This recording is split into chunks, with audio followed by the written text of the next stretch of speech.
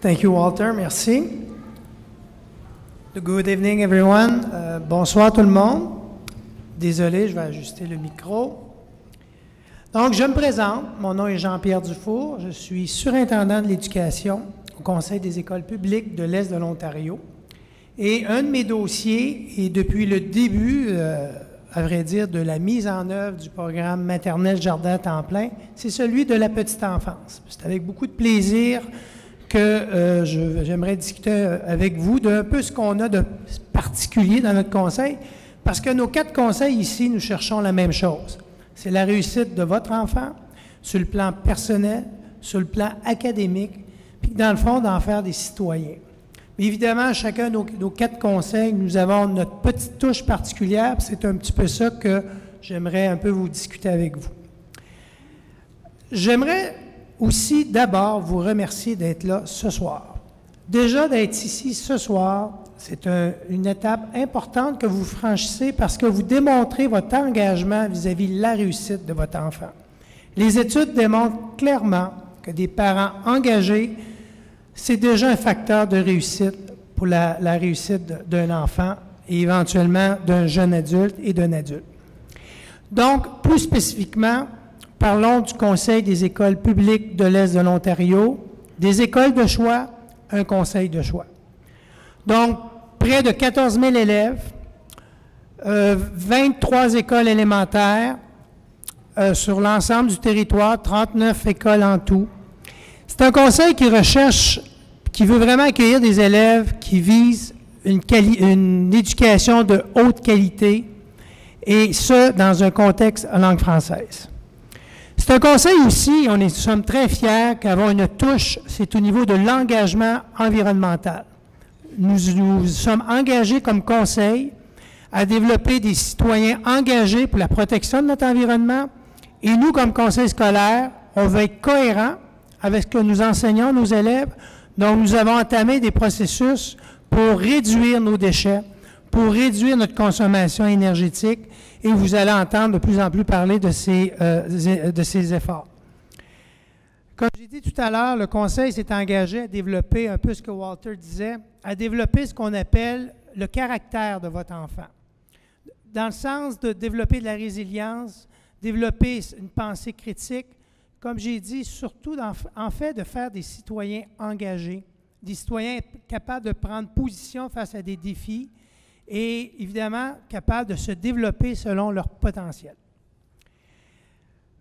J'aimerais peut-être clarifier un conseil de langue française versus un programme d'immersion. Évidemment, toutes les activités dans une école de langue française se passent en français. Par contre, un enseignement rigoureux de la langue anglaise débute officiellement à la 4e année. Et ça, évidemment, jusqu'à la fin du parcours à l'école secondaire. Donc, à la fin de son passage dans les écoles secondaires publiques de langue française, les élèves du CEPO, en plus d'obtenir leur diplôme, obtiennent ce qu'on appelle un diplôme de bilinguisme. Donc, qui démontre clairement et de façon catégorique leur compétence à maîtriser les 2 langues officielles. De plus, à travers certains programmes du type baccalauréat international, nous avons même des écoles comme à Michael-Jean à Barrhaven ou à l'Odyssée à Orléans, des programmes de baccalauréat international dans lesquels les élèves développent des compétences dans une 3e langue. Bien évidemment, s'ils poursuivent au niveau des écoles secondaires qui accueillent, le baccalauréat international, on peut voir même une 4e langue. Qui peut s'inscrire dans une école publique de langue française? Bien évidemment, nous avons certains règlements. Il y a la Charte des droits canadienne des droits, l'article 23. Sans être trop technique, évidemment, si l'un des parents a fréquenté la langue française, une école de langue française, si un des grands-parents l'a fait également, il n'y a aucun problème, l'admission est automatique et directe. Mais également, pour des élèves d'origine issus d'immigration francophone, il est tout aussi possible, dans un processus accéléré, d'être admis dans nos écoles. Finalement, dans des cas particuliers, si vous désirez toujours que votre enfant ait accès à un système d'éducation de qualité de langue française, nous avons des comités d'admission basés qui sont une équipe école en plus accompagné d'un surintendant qui va finalement vous rencontrer, vous et votre enfant, puis évaluer évidemment les chances de réussite. Et évidemment, nous accompagnons chacun des parents dans cette démarche parce que nous savons, comme Mme de Sousa a dit, que ça peut être parfois déstabilisant, mais sachez que dans notre conseil, nous accompagnons beaucoup nos parents qui ont ce courage-là d'inscrire leur enfant dans une école de langue française. Je ne veux pas tout répéter. Évidemment, l'an prochain, les écoles du CPO élémentaire accueilleront les pages, comme on dit, de mur en mur. Donc, il n'y a rien de particulier. Mais sachez que depuis la mise en œuvre, nos équipes pédagogiques, accompagnées de nos éducatrices, nous travaillons excessivement fort à offrir un programme de haute qualité. Particulièrement aussi, nous savons que dans certaines communautés, il peut être plus difficile à faire une transition au milieu scolaire. Donc, nous sommes innovateurs. Nous offrons un programme dans certaines de nos écoles, un programme que nous appelons A3 On y va, qui permet justement à un enfant de 2 ans, 8 mois à 3 ans, 8 mois de fréquenter, dans le fond, une école avec un programme adapté. Et déjà, l'élève peut s'habituer à l'école, prendre les routines, socialiser et déjà développer de la lecture, de l'écriture, de la mathématique. Donc, dans le fond, déjà d'amorcer un apprentissage, toujours par contre par le jeu. Rien de stressant. Parce que je sais qu'au départ, les parents étaient peut-être un peu préoccupés par cet égard-là.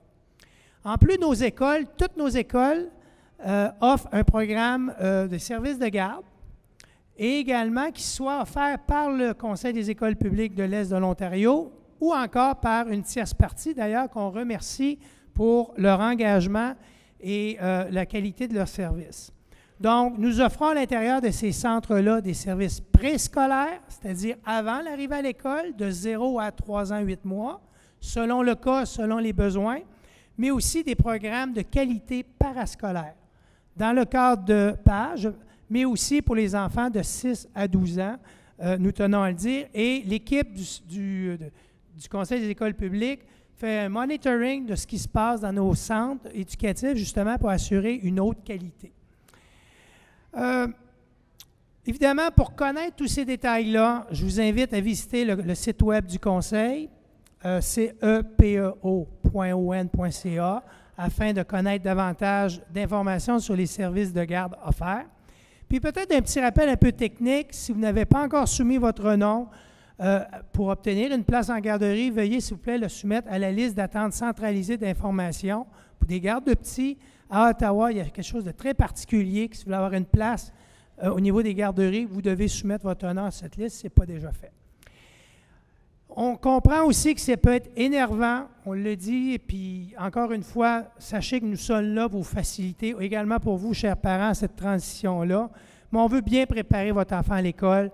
Donc, dans nos écoles, qui n'ont pas de programme à 3 niveaux, nous avons aussi des programmes qu'on appelle préparation à l'école, et qui a le nom, le programme Jeux d'école, qui s'offre au cours du mois de juin-juillet, qui permet justement cette transition-là pour votre enfant.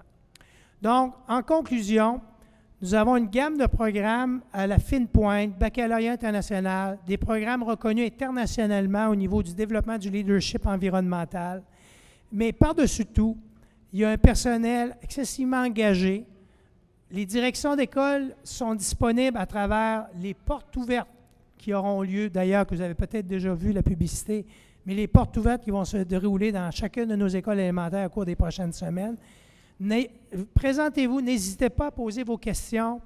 Il n'y a aucune question qui est embarrassante parce que, comme moi, j'ai été comme vous, puis comme les directions d'école ont été comme vous, des parents qui avaient plein de questions à l'arrivée de votre enfant à l'école. Donc là-dessus, bon succès, puis merci encore de vous être déplacés, puis au plaisir de se rencontrer.